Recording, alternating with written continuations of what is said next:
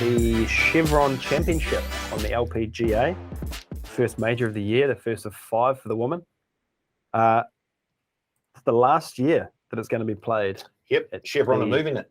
Mission Hills Country Club. Going to Texas. Yeah. So this will be the last year we see someone dive into Poppy's Pond. Correct. It's a shame. It is. It's, it's sort of, I guess, it's become synonymous with this tournament. It's just it's a nice little tradition. That, what are they going to be jumping into now? A big vat of oil? Perhaps? Or a smoker? Too soon? Wow. Shout out Chevron. Patty Tavatanikit, defending champ, and get her at 21s this week. Jing Young Ko, the $6 favourite. And there's no surprises why. She won, what, six of her last 10? Is that right? Yes. That is 5 of her last 9. That is sickening. So she's going at the same rate as Scheffler over his last 5 tournaments, both going at around 60%. Wow. She hasn't finished worse than T6 in any of those 9. Correct. Wow. That's tiger-like. All right, what do we know about the course, Paul? Where are we? We're at Mission Hills Country Club in Rancho Mirage, California. As you say, the 18th, the par 5 with Poppy's Pond in front of the green, is the most memorable hole on the course, I guess. But the 2 holes before that, the par 3 17th and the par 4 16th, where a bit of water comes into play as well, have been critical in the who decides who wins the tournament. I think Lydia Ko won 2016, and I think, was it Aria Jutanugarn who had the lead and put it in the water once or twice over those final 3 holes. So I'm looking for accuracy, keeping the ball in play, and making birdies when they play. A hot putter always comes in handy. I think the course record might actually be held by Lydia Ko. The 61 that she shot in the final round last year. 62, I think it was. So I'm looking for a player who plays like Lydia Ko. That do we even need to move on? Like, we're done. No. Patrick, anything to add here? Not really. I think Paul's pretty much said you need to be hitting greens. That seems like a key indicator. You can score here. Like, it usually takes a pretty low score to win the tournament, but if you're missing by not much around some of these greens, there's a lot of bunkers, and then the water in play on the last few holes, so you can get yourself in trouble. I think you got to have a pretty tight all-round game, not making any mistakes, and capitalize on the birdie opportunities when you get a chance. So, in summary, get the ball from the tee to the hole and as few shots as possible. Yeah, I agree. The average score here over the last 10 years is just a touch better than minus 13. Last year was 18 under. So big there. I had a look back at a few of the last 5 or 6 years of the winners, and they were all in really good form to start the year, which is probably not a big shock. And I went pretty deep into course form too. I can tell you, when Lydia Ko won in 2016, she came in off a second and a first. When So Yeon Yu won in 2017, she came in off a 5th and a 2nd. When Jin Young Ko won in 2019, she came in off a win and a 2nd.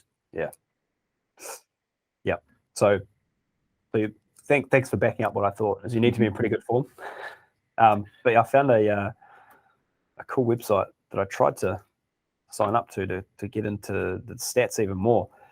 But golfstats.com have given me all the women in the field, how many starts they've had at the Chevron, how many top 10s, the average finishing score, and all of that. So it's looking at this, I would say this is pretty heavy horses for courses type course.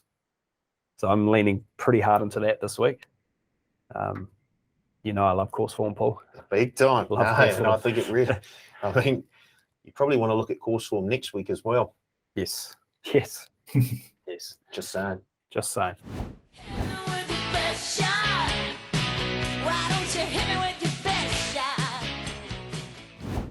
Alrighty. We'll go reverse. Patrick, who you got best bet? So you're saying you want to be in a reasonable form coming into this tournament?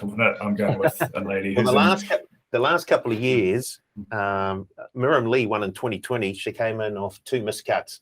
And then last year, Paddy came in off a 14th and a miscut. But I think they were funny years because of COVID. So we can sort of... 14th is still pretty good golf. Yes, well, for her, that was her first year on tour as well. Yeah. So, yeah, I think 2020, just forget about that. I think the good pointer is you better be playing some good golf coming into this and have some good course stats if you want to be a big chance. Well, a certain Jin Young Ko is T4 1 1, T6 1 1, T2 T6 1.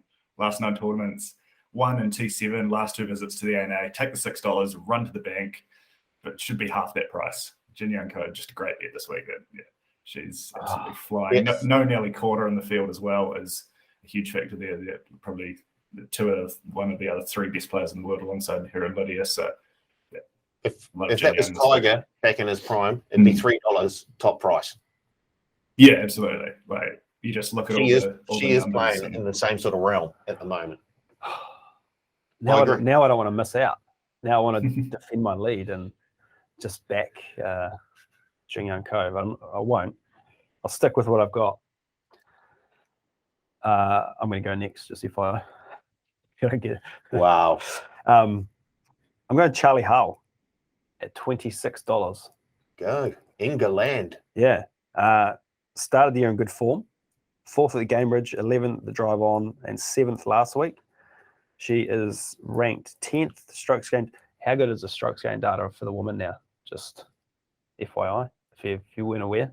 It's been years in the making. Oh, yeah. They could do a little bit of work on the website. It's very hard to navigate, very niggly, but anyway, we'll get in there. First go. We get in there. She's 10th tee to green this season, 14th off the tee, 13th for greens in regulation and scoring average. In her 8 starts here, she's made the cut 8 times. She has 3 top 10s.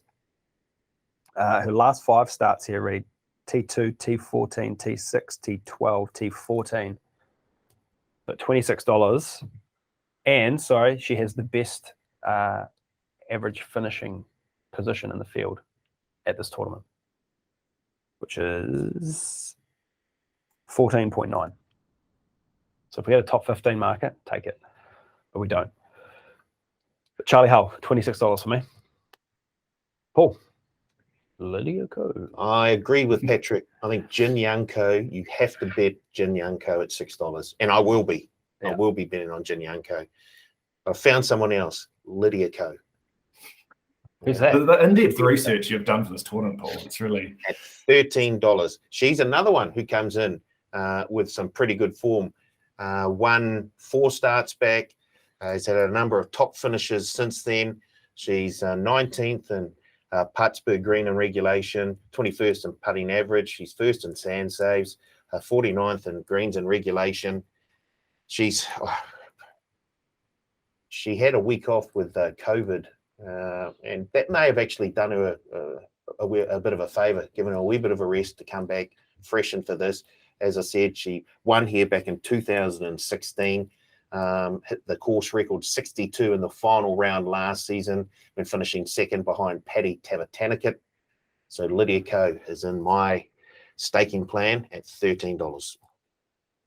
Just having a look when she obviously, like you say, won in 2016, was T11 2017, and then she had those, 2018, 2019, 2 bad years for mids. Yep. And then 2020 was the sort of start of her resurgence. She finished 6th and 2nd. So she's back. I do like Lydia too. And as the boys have said, back Jin Young Ko.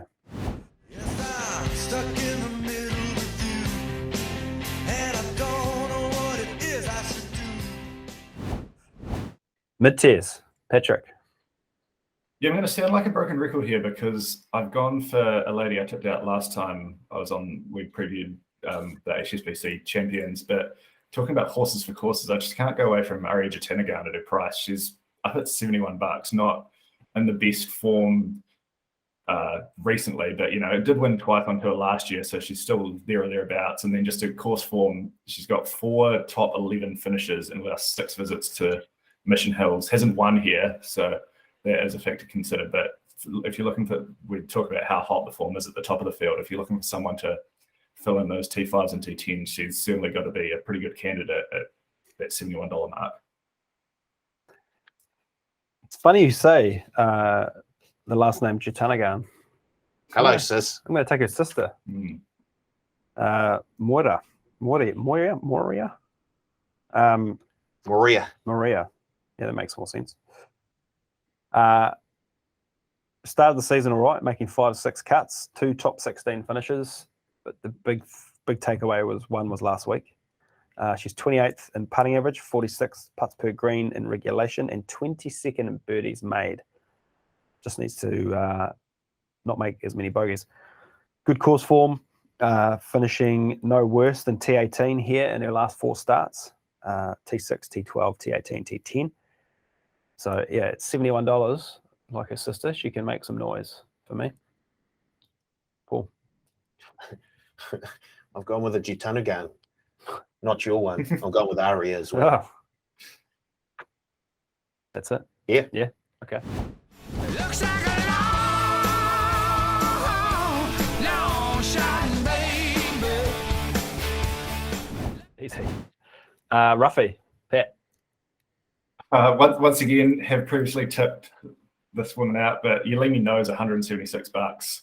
But she's big price considering she was T3 and T13 in 2 majors last season, so can hang with the big girls when in the big tournaments. Top 20 at the HSBC Women's Champions, which included a 64. So we know she can go low on her day. I think she's certainly capable of putting in a couple of low rounds here and running a good race. So I think this $176 just looked very appealing to me. But I swear I did actually do research. I didn't just type in the same 2 names. I just think the prices are crazy for those 2.